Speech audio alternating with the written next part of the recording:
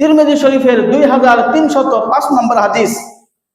এই হাদিসের বর্ণনাকারী আবু হুরায়রা রাদিয়াল্লাহু তাআলা আনহু তিনি বলেন, একদিন রাসূলুল্লাহ সাল্লাল্লাহু আলাইহি ওয়াসাল্লাম সাহাবায়ে কেরামের সামনে দাঁড়িয়ে প্রশ্ন করলেন, আমি তোমাদেরকে এমন কিছু কালিমা, এমন কিছু জিনিস শিক্ষা দেব, সেটা কি তোমরা আমল করবে? অর্থাৎ তোমরা নিজেরাও আমল করবে এবং এটা অন্যকেও শিক্ষা দিবে, যাতে অন্য আমল করতে পারে, নিজে তো আমল করবেই, সাথে সাথে অন্য মুসলমানকে শিক্ষা দিবে, যাতে অন্য আমল করতে পারে।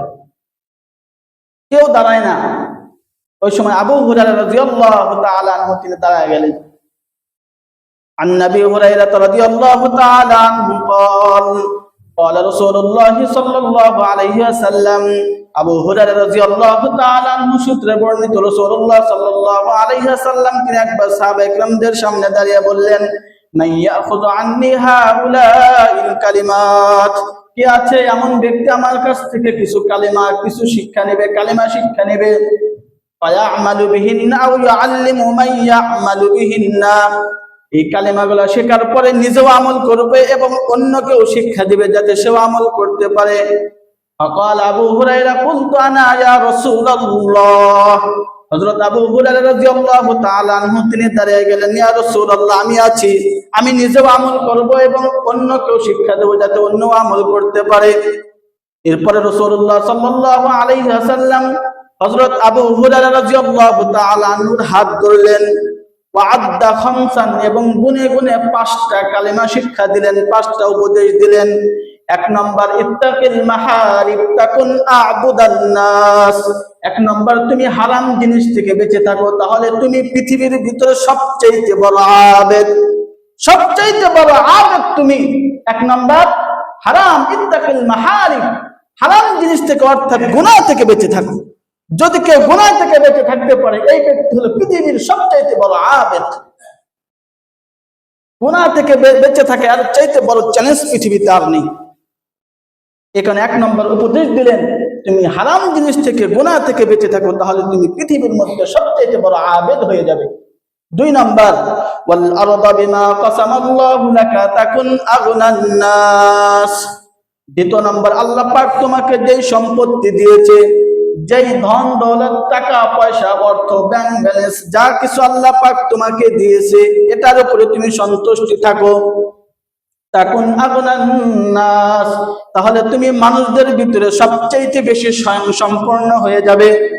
অর্থাৎ আল্লাহ পাক আমার কপালে যতটুকু লিখে দিয়েছে, এতটুকুর উপর তুমি সন্তুষ্ট থাকো, তাহলে তুমি সবচেয়ে বড় স্বয়ং সম্পূর্ণ হয়ে যাবে। এটা তুমি কোনো সময় ভেবো না যে আমার তো 1 তলা বিল্ডিং, অমুকের তো 5 তলা। তুমি তোমার নিচের দিকে সবসময় খেয়াল করো, তাহলে তুমি পৃথিবীর সবচেয়ে বড় স্বয়ং সম্পূর্ণ ব্যক্তি হয়ে যাবে। 3 নম্বর, ওয়া আহসিন ইলা জারিকা তাকুন মুমিনান, তুমি তোমার প্রতিবেশীর সাথে সদাচরণ করো, তাহলে তুমি একজন খাঁটি মুমিন হবা।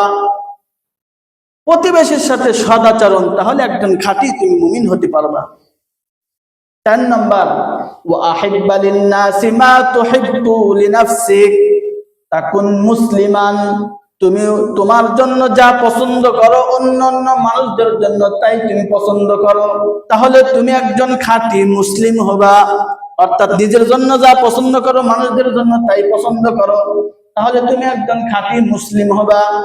5 নম্বর, ওয়ালা তুকসিরুদ দাহিকা ফাইন্না কাসরাতুদ দাহিকি তুমিতুল কলবি, তোমরা বেশি বেশি হাসিও না, কারণ বেশি হাসি অন্তরকে মৃত্যু বানায়া দেয়।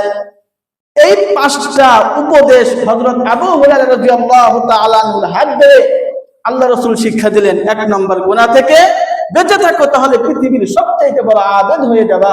2 নম্বর, আল্লাহ পাক তোমাকে যেই সম্পত্তি দিয়েছে, এই সম্পত্তির উপর তুমি সন্তুষ্টি থাকো, তাহলে তুমি পৃথিবীর সবচেয়ে স্বয়ংসম্পূর্ণ ব্যক্তি হয়ে যাবা। 3 নম্বর, তুমি তোমার প্রতিবেশীর সাথে সদাচরণ করো, তাহলে তুমি একজন খাঁটি মুমিন হবা।